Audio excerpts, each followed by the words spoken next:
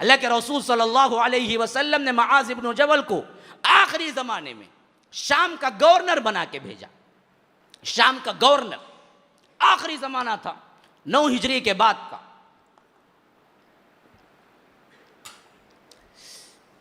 अल्लाह के रसूल पैदल चले, हज़रत मुआज़ इब्न जबल सवार थे।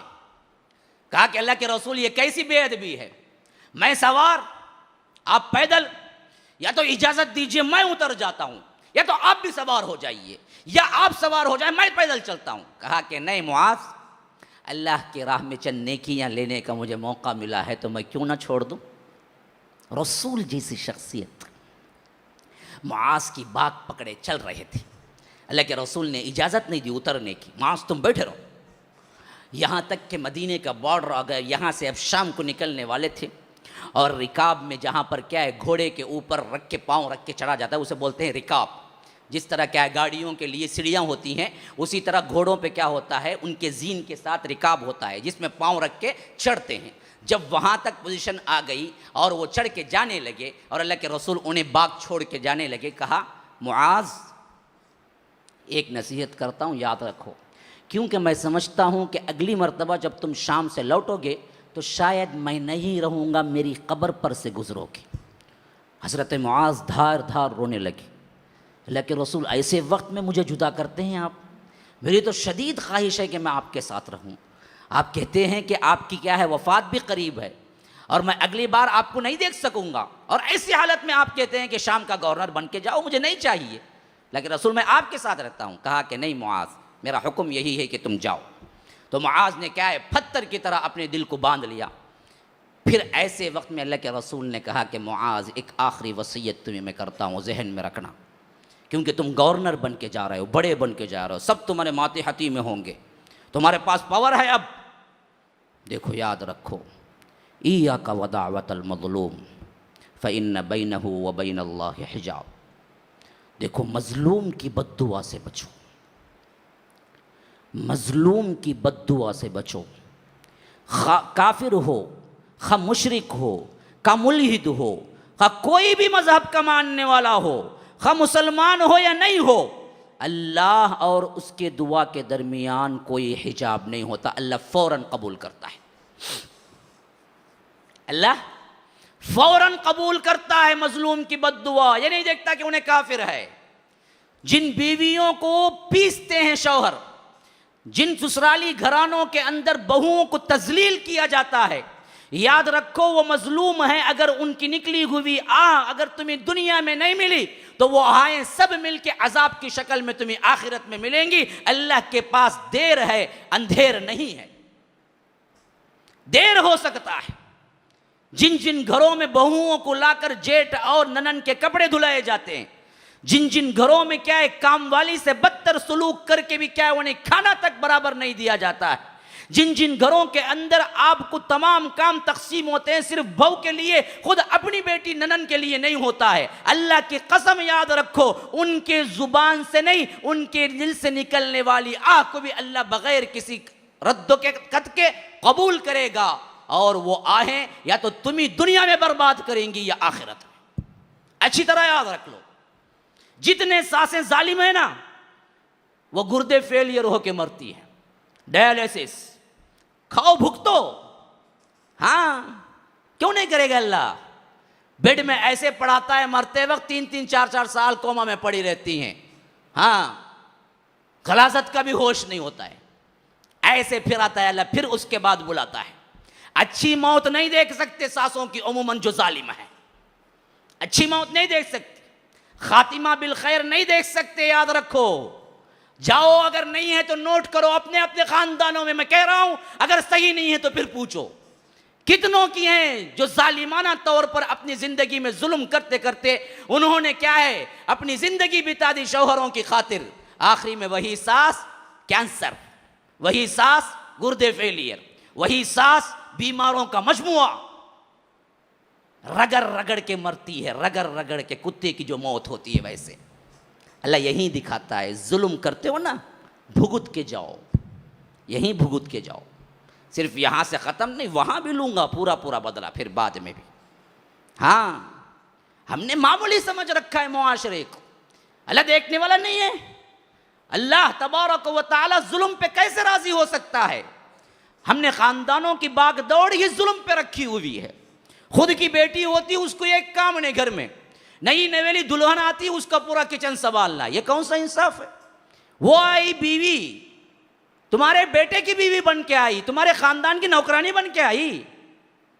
किस शरीयत ने उन पर पूरे खानदान की जिम्मेदारी डाली? कौन है? लाओ एक हदीस पेश करो। खानदान की जिम्मेदारी किसने डाली? शौहर की इताअत की जिम्मेदारी डाली।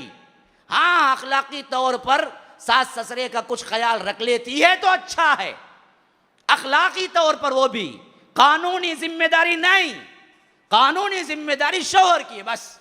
लेकिन ये बदबख्त, इस पर अंधी पट्टी ऐसी बनती है कि जो माँ बोले करो जी वो, जो तुम्हारी बहन बोले करो जी वो, नहीं तो नाराज हो जाएंगे। तो याद रखो, तुझे माँ के नाराज होने का डर है, अल्लाह के नाराज होने का डर नहीं।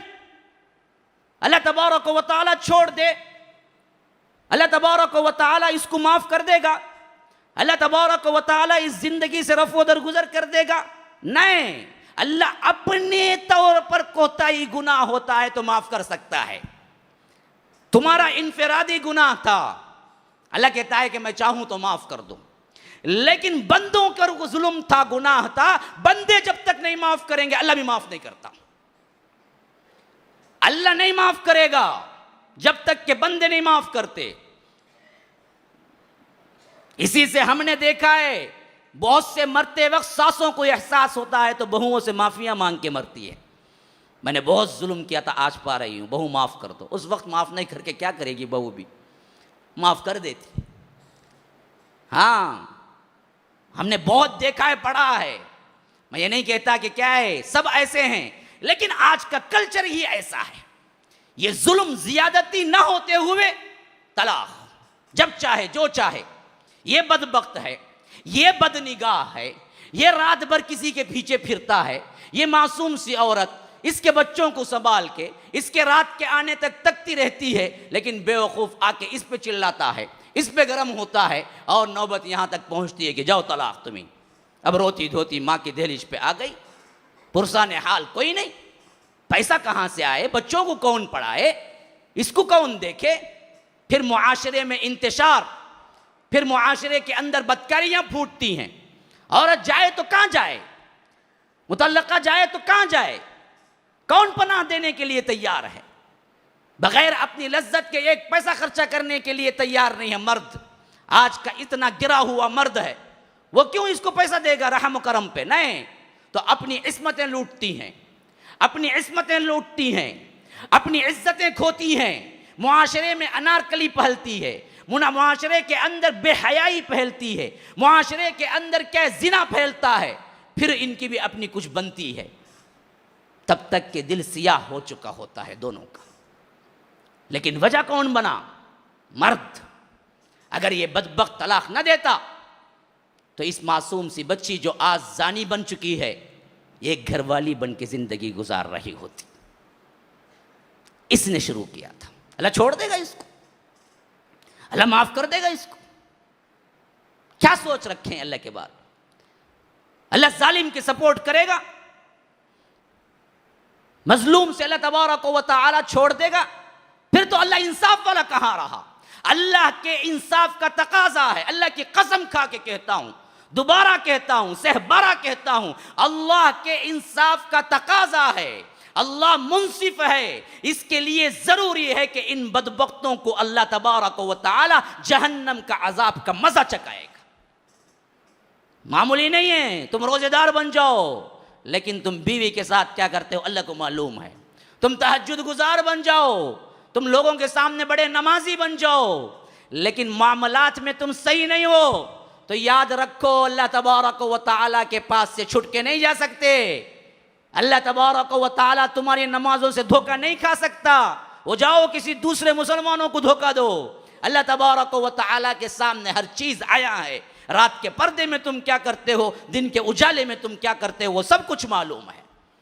ये जुल्म की इंतहाएं हैं मुसलमानों, जो हमारे रिवाज में, हमारे इसके अंदर खानदानों में बरसा बरस से चले आ रहे हैं, कोई पूछने वाला नहीं। शादियां होती हैं, टूटती हैं, बस एक गया गुजरा वाकया बन गया। सुनते हैं अच्छा वैसा होगा कि तलाक दे रहा कि उन्हें वैसा जीव नहीं, कितने की शादी कर दे रहा तलाक, पकड़ो उसको, मारो उसको। हमारे खानदान की बहू बेटियों के साथ खेलता है, कोई उसको पूछने वाला नहीं। ये असल में हमारी मुर्दा होने की अलामत है।